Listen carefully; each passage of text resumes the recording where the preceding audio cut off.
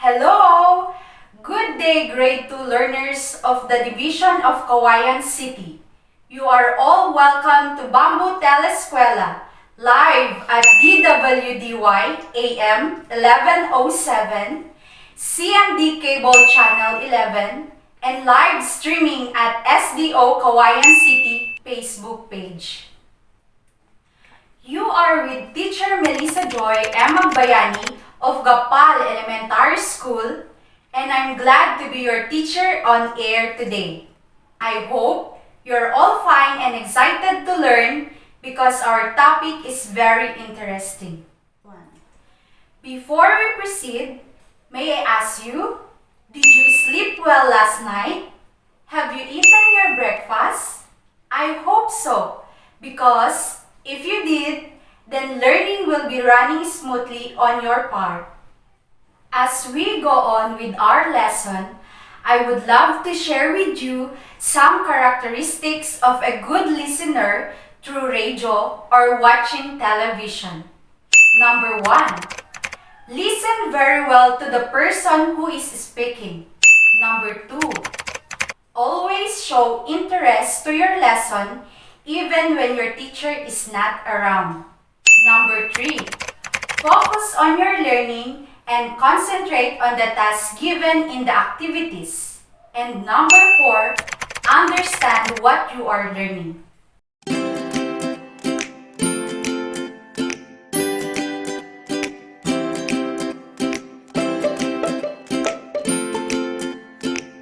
As we start with our lesson, children, make sure that your learning materials are all with you, like your module, paper or notebook, pencil or pen, and make sure that you are also in a conducive place for learning, so that you can focus on your studies, and surely you will be enjoying our lesson and activities.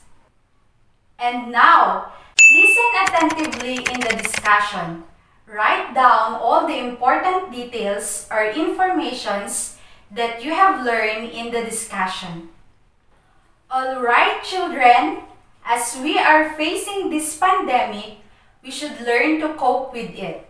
Because no matter what we do, we cannot do anything to avoid it, except to become resilient and deal with it with confidence and discipline. However, we should not be just mere observers of this situation.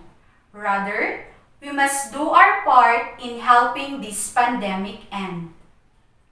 Let us not also take it as a hindrance to our learning, but rather a challenge that whatever comes our way, we should always develop our desire for learning and help ourselves grow and develop as what is expected of us until normal situation returns. Are you ready to our discussion, children? Stay focused and always have your module with you as your guide or reference for the lesson. The topic is identifying the English equivalent of words in the mother tongue or in Filipino. After the discussion, you'll be able to, number 1, understand words related to self, family, school, community, and concepts. Number 2, use these words correctly. And number 3, relate them to name of shapes and numbers in both mother tongue and English.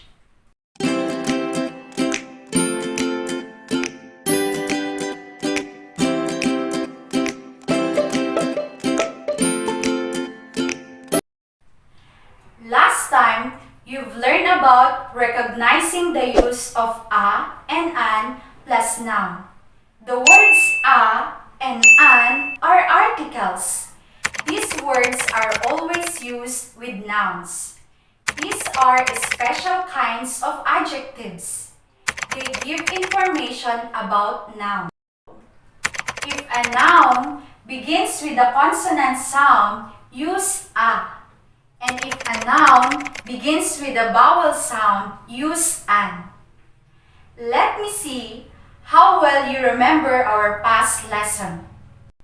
Let's read the following and let us identify which is the correct usage of a and an.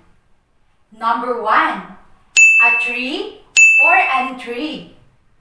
Very good, a tree. Why? Because tree begins with consonant sound. Let's have another example.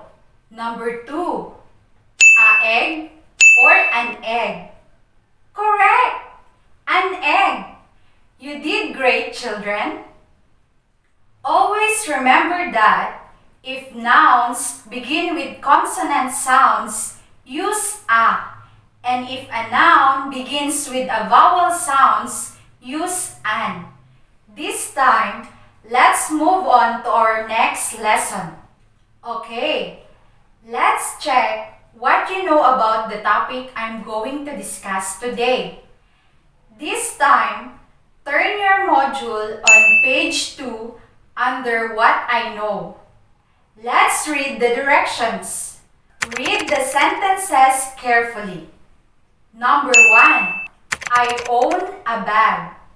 I repeat, I own a bag.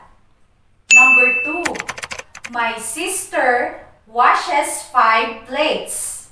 I repeat, my sister washes 5 plates. Number 3, we have a round table.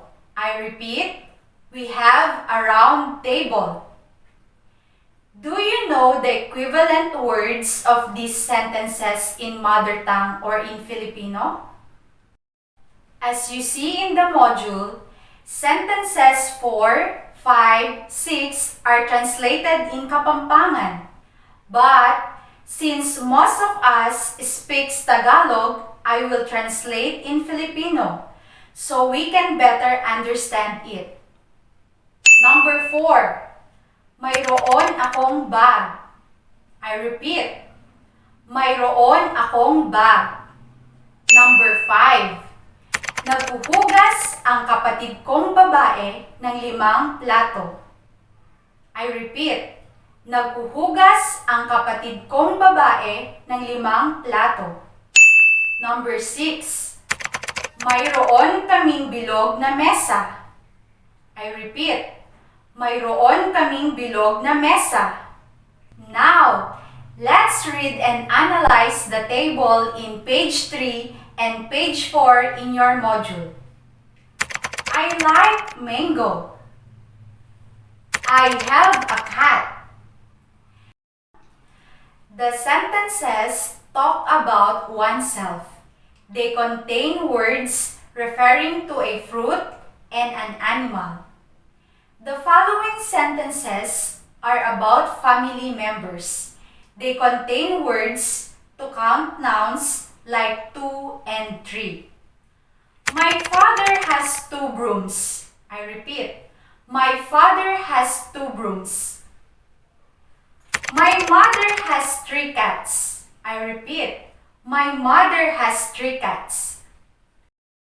The next sentences are about school.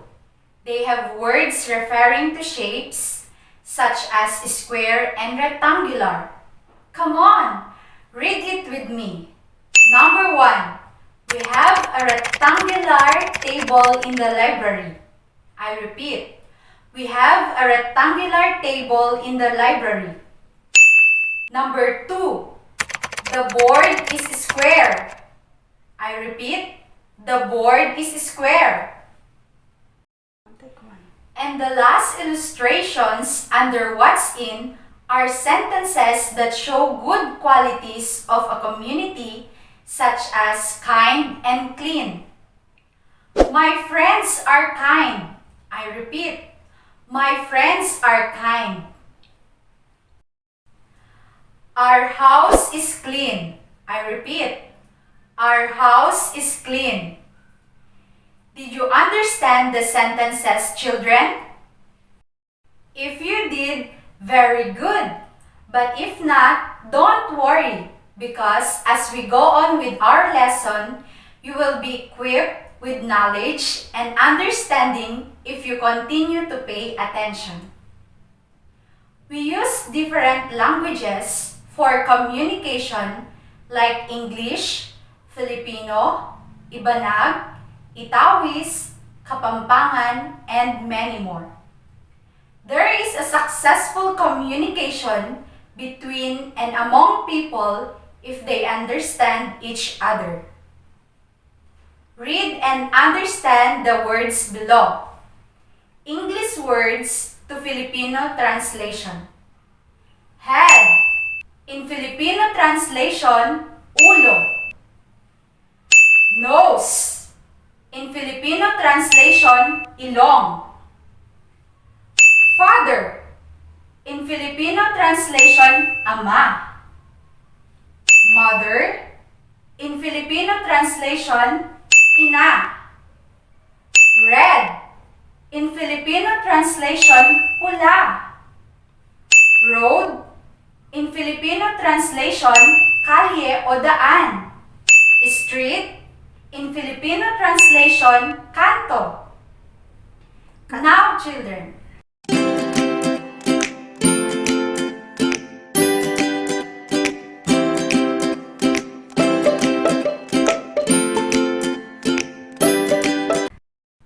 Now, children, before we proceed, listen to me as I sing the song entitled One Day Isang Araw to the tune of Leron Leron Sinta.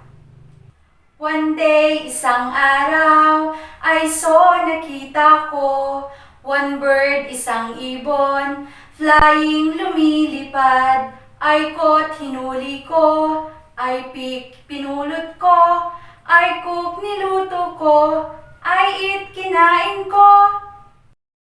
Now, children, sing with me.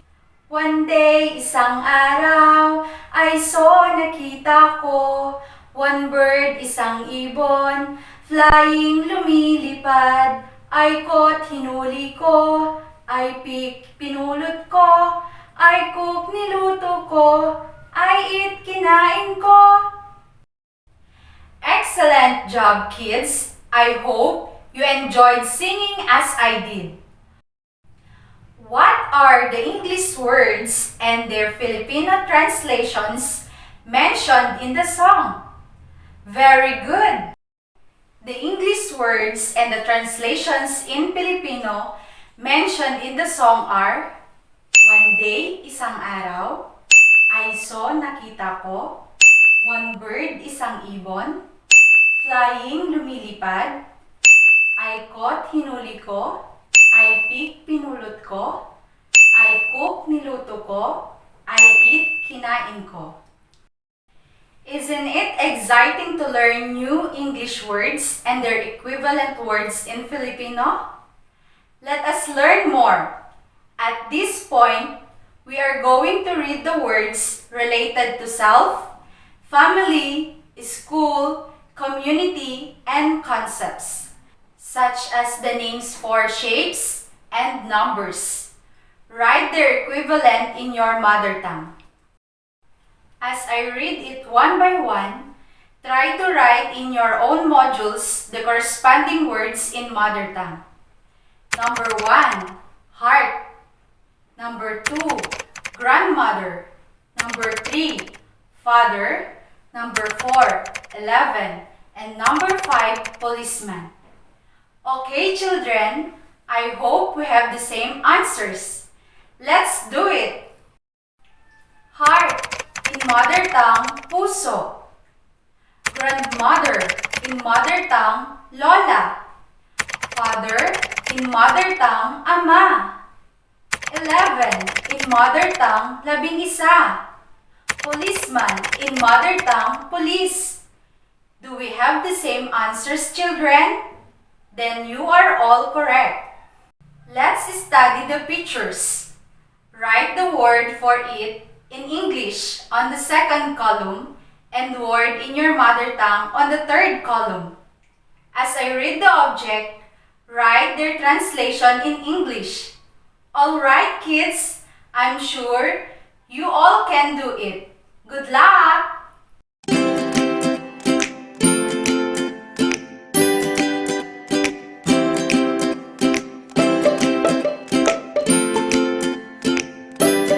Now, let's read your answers, kids, from English to Filipino or mother tongue. For number 1, we have hands, kamay. Number 2, house, bahay. Number 3, guava, bayabas. Number 4, dog, aso. And number 5, jeepney. Very good, children. Easy lesson, right? Then let's continue our lesson. The words that are related to self, family, school, community, and concepts, such as the names for shapes and numbers in mother tongue, Filipino, and English are used to write and say your ideas. Having a wide vocabulary in English, Filipino, and mother tongue will make you a good writer and a good speaker.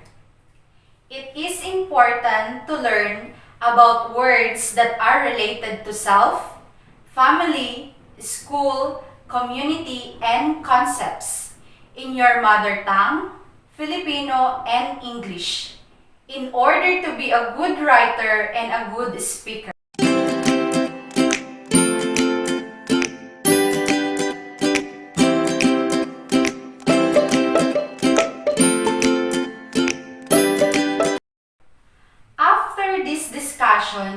You may answer the following activities in What's More on pages 9 to 16.